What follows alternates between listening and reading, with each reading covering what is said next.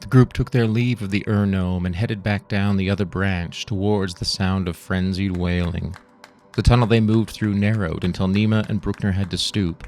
The walls were covered with blooming fungi that pulsed with a nebulous light so faint as to make one question their eyes.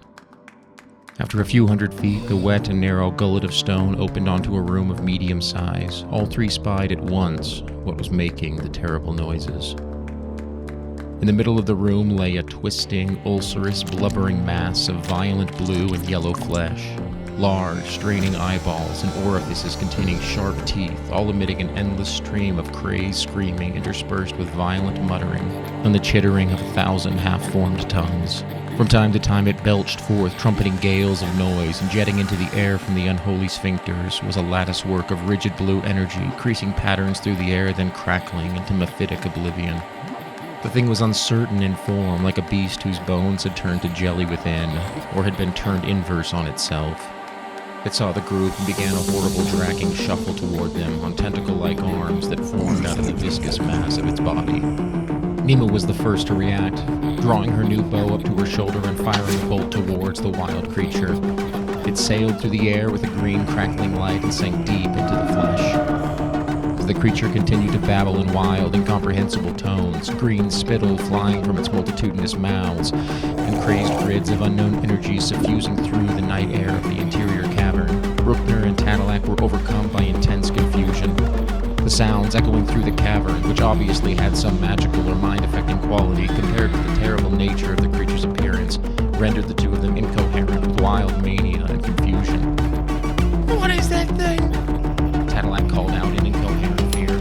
He turned and began to run wildly, his eyes full of madness. Bruckner was at his side, sprinting as well as fast as his feet could carry him. In Bruckner's mind, all was chaos and disorder. Never had he felt such a lack of structure. Order was the way of things for Bruckner, and for all things there was a time, a place, a season, and a virtue. But now there was only flooding light that seared green and purple and lonely infinite white like a hateful alien sun, and the screaming, inane and wild, and tearing at his heart until he thought he must die, or tear his eyes out and plunge nails in his ears to stop the shrieking visions and scorching sounds. And Tadalac, too, was enveloped in a wild, permeating madness of color and noise and powerful emotion straining and pushing at his little body and tearing at the curls atop his head, and they taunted him and laughed and said, "Fool!" and "Idiot!" And he tried to call fire, but his hands melted like wax and dripped noiselessly onto the naked stone of the cavern floor. And he screamed. The creature was fast approaching Nima, who remained steely and unaffected somehow. She dropped to a knee, notching another bolt onto the crossbow string. She took aim at an eye and sent it wildly whirring through the air, the electric green energy crackling and eating up the wind. The missile struck the ocular orb, sending a shower of gore splattering to the cavern floor. Then the alien creature was upon her, moving more like a self-directed mass of water or slime than any sort of creature under the sunlit land she had seen. It wrapped itself around her arm, teeth digging into the bone. A second mouth formed right above, shooting a forceful stream of acid at her, though she ducked and was able to dodge beneath it. Racing back toward the narrow throat of stone, Tadalac tripped on a stalagmite, crashing heavily to the ground and cracking his cheekbone hard against the stone. The impact caused him to black out a moment, dissipating the madness that had overcome him. Bruckner tripped over the gnome's flailing arm and went down with a loud series of clangs. "Get a hold of yourself, Ox!" Tadalac bellowed, pointing a finger and sending an arc of electricity to jolt through the swordsman. Bruckner's teeth rattled in his skull and his vision went white. Then the shock was past, and his mind was his own again. He picked himself up, giving the wizard a grimacing nod of thanks, then raced back towards Nima, as Tadalac began weaving fire into reality from the empty air. Nima, meanwhile, had been doing dagger work, and her arm was now free, albeit bleeding badly. She disengaged, turning to run from the tendrils of snaking flesh that followed after her, slashing backwards with her blade to sever the tips of a few such appendages. She whirled and fired a missile at it, but the blob shifted to form a hole where the bolt was heading, letting it pass through harmlessly. Another shot of acid gushed from a new orifice from the creature, temporarily blinding Nima as it got in her hair and on her face. Almost through sheer instinct, she managed to load another bolt and fire blindly, and heard a gibbering roar as the bolt struck home. Then a scorching ray of concentrated fire seared through the air 5 feet before Nima's face. It was meant for the awful foe, but the thing leapt back with preternatural quickness, and fire tore at rock. A line of flame remained on the bare stone, lapping with a sort of sullen orange glow at the ancient lichens that barely grew here and had never seen the sun. Then Bruckner tore out from the narrow passage of stone, the black blade in his hand. The formless foe began to spiral in on itself in undulating ribbons of flesh, like fountains of ghoulish water flecked through with teeth and eyes and viscera. Bruckner leapt at the thing, bringing his sword high. The creature formed a spear of itself and struck Bruckner through the thigh. He gasped and nearly dropped his sword as the tendril of twisting, rigid flesh burst out the back of his leg and pinned him to the wall. Nima wiped acid from bleeding eyes and managed to fumblingly load a bolt into her crossbow. Though she could barely see, the foe stood out, a smeared neon streak of unnatural being across her hazy horizon. She fired a crackling bolt into it and laughed wildly to hear it scream. Tadalac, huffing, appeared from the tunnel behind Bruckner. He ran carefully, avoiding the line of now failing fire. As Bruckner faltered, Tadalac shouted, "Oi!" and stomped his foot.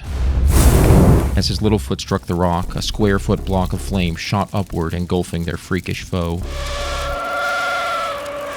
It screamed wildly as it burned, its cries merging with Bruckner's in a symphony of agony. Now, Bruckner! Tadalac cried. And Bruckner gripped his sword tight and saw the many eyes and mouths of his foe, burning now but still wanting, and looking and taking, and whispering close, and it would have him, but he took a half-step back and its jaws snapped on air, and then he swung his sword through the thing's body, and it lay now on the stone in two miserable burning piles. The thing sputtered and hissed and pooled and puddled and popped and heaved and wriggled and sloughed and cackled and dissolved away onto the rock as Bruckner and Nima and Tadalac fell to the ground. I am sorry, Bruckner said, somehow keeping the wild thrill of pain out of his voice. The spear of flesh had been pulled clean out when the creature died, and blood now trickled down and into Bruckner's boot. He unstoppered a potion and took half of it in 3 swift gulps. My actions were shameful. I won't let it happen again. I have a potion of healing that either of you may take. Trying to hide a smirk, the half-elf replied, No problem. That was an odd creature. I'll take that potion. She realized belatedly that she may not be the only person wounded. That is, if Tadalac doesn't need it more. Tadalac looked up wearily from his inspection of the ulcerous remains of the unholy creature and said, Tadalac is fine. As his wound began to knit, Bruckner made a swift sweep of the room, which was largely nothing but empty rock, pocked and eaten away by acid, presumably courtesy of its erstwhile tenant. At the rear of the small space he discovered a pile of human bones. Remnants of a face clung to a shrunken skull, and he turned away. Painfully, the 3 adventurers made their way back to the cavern where the gnome dwelt. Ah, what brings you back so soon? The ancient creature asked. Have you encountered trouble? We met a filthy, formless creature, some sort of terrible abomination, old fellow, and he bit Nima here, and hurt Bruckner through the leg. Also, I need to prepare some magics, and we could all use some rest.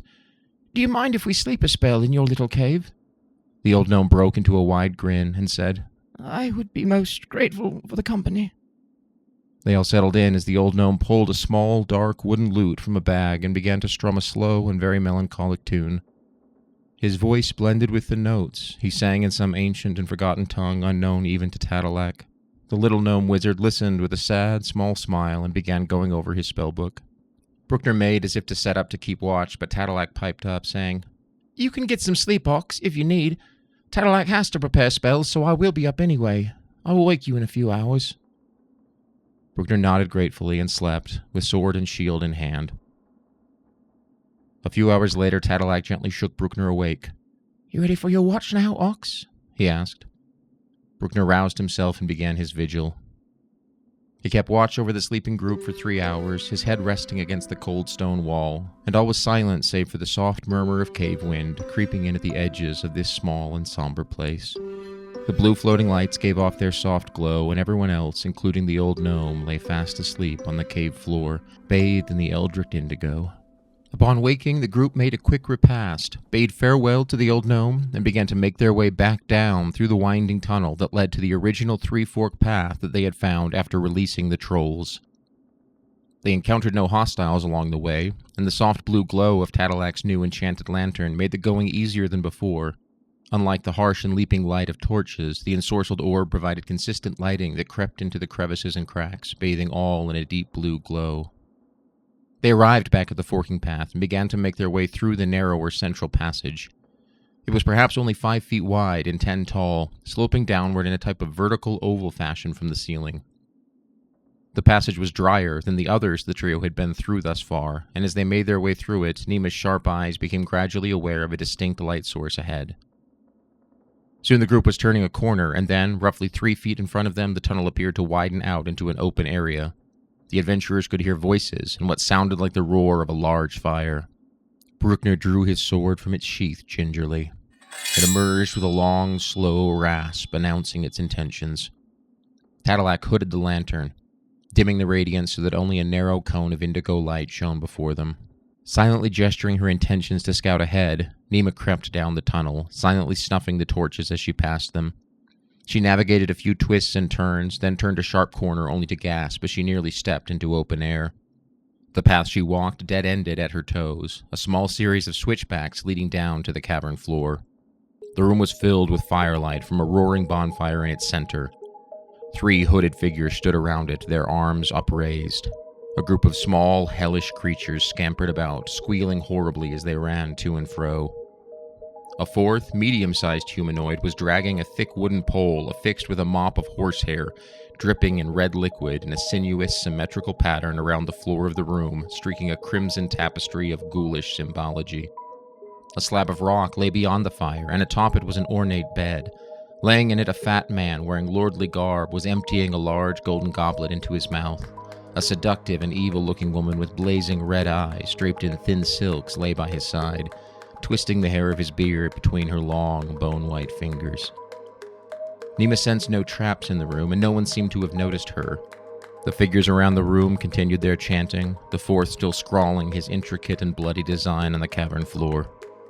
Nima recognized the fat lord from his paintings, King Hector Janison. Aside from the devilish woman who lay by him, the others were hooded and cloaked, and she was unable to see anyone's faces. She made her way quickly and quietly back to her companions and reported. What do you think? Nima, you and Tadalac hit them from a distance and then retreat all the way back into the cave. If they run up, we can kill them as they come. If not, we hit them again. Don't shoot at that woman. We mustn't risk killing the king if we can avoid it. By way of response, Nima unslung her crossbow and loaded it with a bolt. She brought the weapon to her shoulder and took aim at the creature, painting the floor red. She loosed a bolt that sped through the air, the firelight glinting off the iron tip before it lodged in the neck of the man painting the floor. He dropped dead to the ground before he could make a sound. As he fell, Tadalac whispered a word and with an artful flick sent a fireball raging into the center of the group, chanting. The 20-foot radius spread easily, catching all 3 figures in its blast. None of them were able to escape the ravaging fire, which poured down so unexpectedly. One dropped to the ground, wailing. Another rolled frantically, screaming in pain, but still appearing to be alive as it burned. The 3rd remained on its feet, its clothing singeing and burning off of its terrible form. It appeared unhurt underneath the singed robes, and looking up at the direction where the bolt and fireball had come, began to laugh horribly, interlacing its foul noises with deep guttural words in a language that sounded both ancient and horrific.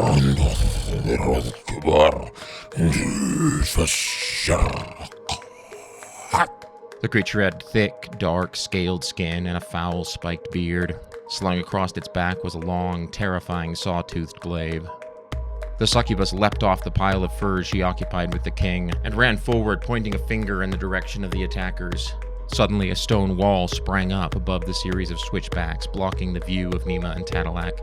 They could still hear the guttural cries of the terrifying creatures beyond, but could not see past the barricade.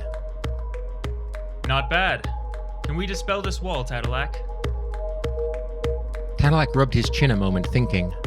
He answered, Tadalac doesn't have any spells that can break through it directly. He brightened suddenly and said, But I know what may work. I prepared this spell specifically for you, Ox. Strength of the Fathers. he murmured, pulling what looked like a thin strand of coarse brown hair out of his haversack, and touched Bruckner on the bicep. Bruckner felt suffused with power and strength, as though the spell had unlocked all of the innate potential hidden in his arms and back. He felt as strong as an actual ox. Tadalac surveyed the wall. I know this spell. The walls it makes are only about an inch thick. With your great strength, you should be able to break through for us. As he finished speaking, they heard a new voice through the thin stone, a man wailing in a fearful, almost pathetic, warbling voice. It was not the screams of any of the creatures they had heard before. It sounded like it was speaking words, begging, pleading, confused words. Bruckner turned to slam his shoulder against the stone. He met with a jarring impact, and the wall did not give. Tadalac looked perplexed and said, Well, that didn't work. He turned quickly to Nima and said, This wall is tougher than I thought. Maybe we should give our friend a hand. The two put their shoulders alongside Bruckner's, and together they pushed. Digging in with their feet, they scraped and strained against the wall, and with a mighty roar, Bruckner powered through, cracking through the inch-thick stone, the rock grinding to dust under his armor. Tadalac and Nima helped extend the size of the crack, opening up a hole wide enough for all three to fit through. As they emerged on the other side, they saw a horrific sight. King Janison was screaming, his clothes half ripped off, several long claw marks running down his chest and large protuberant stomach. The bearded creature and the succubus were tying him down to the stone altar that sat beyond the fire, seemingly in a great hurry. At the sound of the wall shattering and the three approaching above, the succubus screamed, and the imps and tall, glaive-wielding devil turned and began to run toward them. The remaining figure, so badly burned by Tadalac's sneak attack, lay kneeling by the altar, muttering, still clutching a sword in its burnt and scabrous hands. The devils raced towards the three adventurers. Nima dropped to a knee, sighting down the crossbow, a crackling bolt already notched to the string. Battle was joined. This has been episode 5 of Green Leaf and the Black Blade, a serialized adventure podcast written, narrated, and edited by Andrew Israelsen. Additional voices by Jared Israelsen and Penny James. Music by Patrick Crafton Cardwell. Tune in next time.